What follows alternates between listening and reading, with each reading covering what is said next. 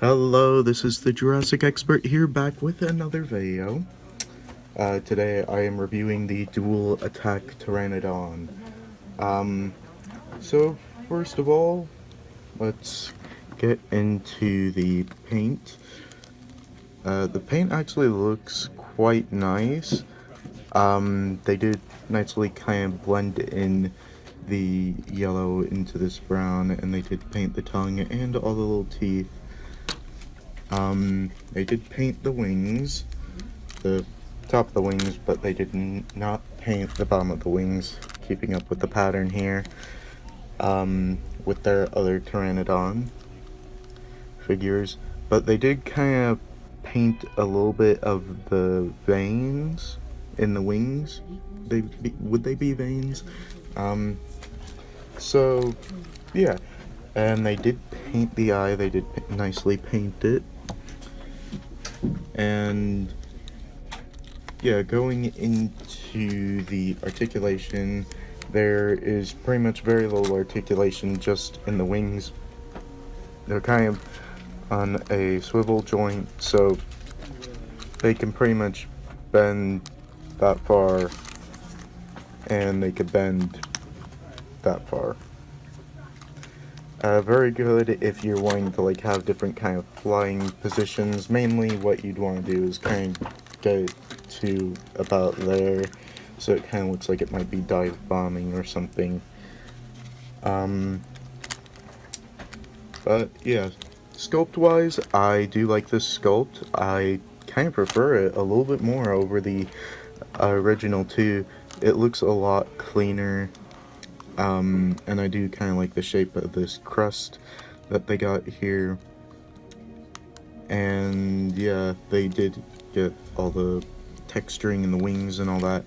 And I don't think there might be a little bit of texturing on the tongue actually. And they did texture the roof of the mouth. And yeah, that's all for sculpt. Is keeping it kind of a consistent with the original large pterosaurs we have gotten so far, or Pteranodon we have gotten so far. So now going into the action feature, you got two buttons. The front one, you press that and it chomps the beaks. I can't imagine that would be too powerful in real life. And the wings, you press the back button and we get that classic kind of action that we get with the other two Pteranodons with the flapping wings.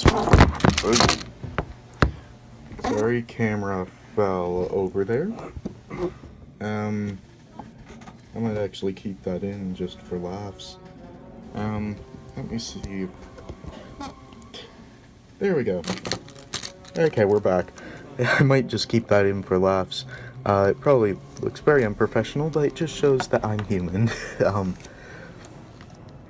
So, yeah, not too much new going on with this new Pteranodon figure. Nothing that we really haven't seen in the past, except for the head sculpt, that new crest. Here is the card of the Pteranodon, this new Pteranodon. It does look quite nice, as most of these new images look really nice. And there are the stats, and there's the name, there is the back of the card, same as usual. Off to the side, here is the code for the Jurassic Facts app. I think I actually forgot to do that with the Dimetrodon review.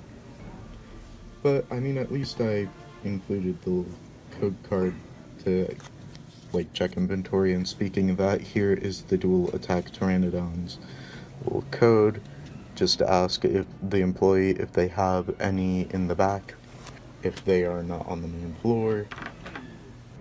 And yeah, so for your human comparison with the Pteranodon upright, here it is next to the mercenary that is not really wanting to stand upright now. There we go. So yeah, it kind of, oh gosh. Yeah, the legs on the tripod are actually quite loose right now for some reason. I might actually need to get a new tripod. So, yeah, you get a good idea of how big the Pteranodon is there. Comparing it to one of the smaller Pteranodons that we've gotten. Here it is next to one of the Legacy Collection Pteranodon. And comparing it to one of the more recent ones that we've gotten. Here it is next to the Battle Damaged Pteranodon.